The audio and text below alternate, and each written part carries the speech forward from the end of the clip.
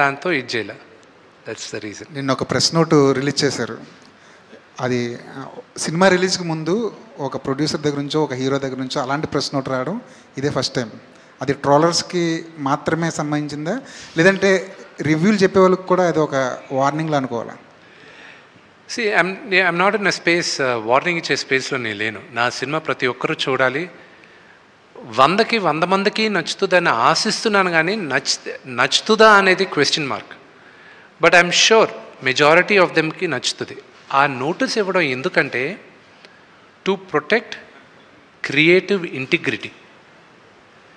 ఇప్పుడు మీరందరూ season journalist, మీకు తెలుసు మీరు సినిమాని ఎలా సినిమాగా చూడాలి, ప్రొటెక్ట్ చేయాలని. ఒక చిన్న ఉదాహరణ చెప్తాను. నిన్న ఇది ఫస్ట్ టైం నేను ఈ సినిమా ఇలాగా అన్ని భాషల్లోనూ రిలీజ్ చేయడం, అందరి దగ్గరికి వెళ్ళి చూడడం. ఒక్కొక్క రాష్ట్రంలో ఒక్కొక్క రూల్స్ ఉన్నాయి. ఫర్ ఎగ్జాంపుల్ తమిళనాడులో ఓన్లీ మీడియా వాళ్ళందరూ వాళ్ళొక స్లాట్లు ఉన్నాయి, రోజుకి 2 సార్లే, ఈ స్లాట్ దాటి లేదు, ముందే బుక్ చేసుకోవాలి, అప్పుడే మీడియా వాళ్ళు వస్తారు, లేకపోతే రారు. They have the rules, we have to respect. ఆ ఊరికి తగ్గట్టు చేయాలి. నార్త్కి వెళ్ళేసరికి వాళ్ళు రివ్యూవర్స్కి ముందు చూపిస్తారంట కొంతమందికి, అండ్ ఎంబార్గో అంటారు దాన్ని. ఎంబార్గో అంటే మీరు చూడొచ్చు, మీ ఒపీనియన్ మీరు రాయొచ్చు, కానీ సినిమా రిలీజ్ రోజు మార్నింగే రాయాలి, దానికి ముందు రాయకూడదు అనేది రూల్ ఉంటుంది. నిన్న నేను బాంబేలో నేను చూపిన cinema I don't have a control, అక్కడ ఎవరెవరు చూస్తారో మా వాళ్ళు ఇప్పటికి కూడా కర్ణాటక ప్రింట్లు వెళ్తున్నాయి. You know we're last minute we're having pressures like that.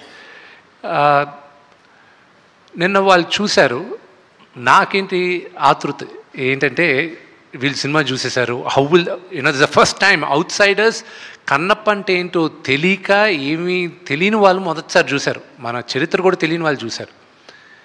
3 చూశారు, 2 ఫస్ట్ బయటకు వచ్చారు.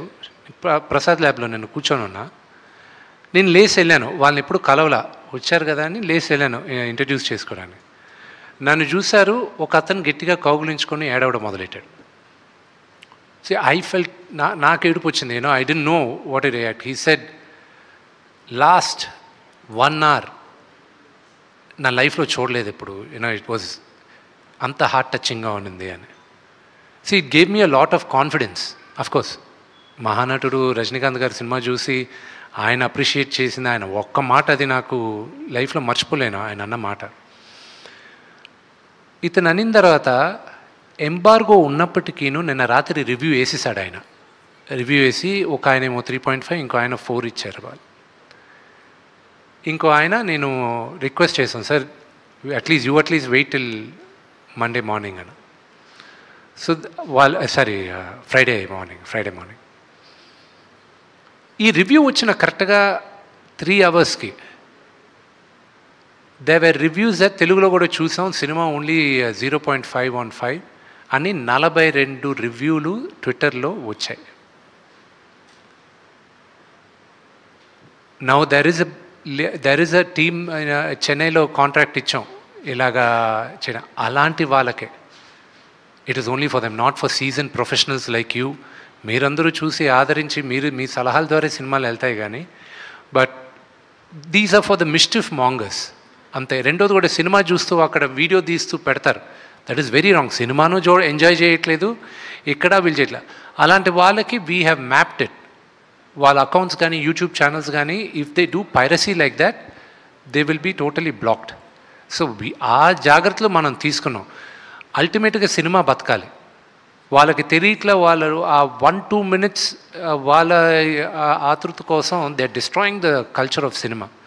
అంతేగాని వార్నింగ్ ఇచ్చేసి నాకెక్కడిది కాదు. ఇది మీరు చెప్పిన ఈ సిచ్యువేషన్ నిజంగా ఇప్పుడున్న సిచ్యువేషన్లో ఎంతవరకు మనం ఆపగలం? అది మీ చేతుల్లో ఉందండి, అది మీడియా చేతుల్లో ఉంది. ఐఎమ్ యాంటిసిపేటింగ్ రేపు మార్నింగ్ ఏం జరగబోతుందో. ఒక పాపులర్ థియేటర్ బయట కూడా మాకు ముందే ఇన్ఫర్మేషన్ వచ్చేది, ఇలాగొచ్చి అక్కడ గొడవ చేయబోతున్నాం, ఇది XYZ అని. అది ఇలాంటివన్నీ అనేక మంది సినిమాలు, అంత పెద్ద హీరోలకి అనేక రకాలుగా జరుగుతూ ఉంటాయి అన్ని సినిమాలకి, కానీ మీ వరకు మాత్రమే ఇట్లాంటివన్నీ ఎలా వస్తాయి సార్? నాకు అర్థం కాదు. I'm very attractive maybe. అయితే డీ లాంటి ఒక అద్భుత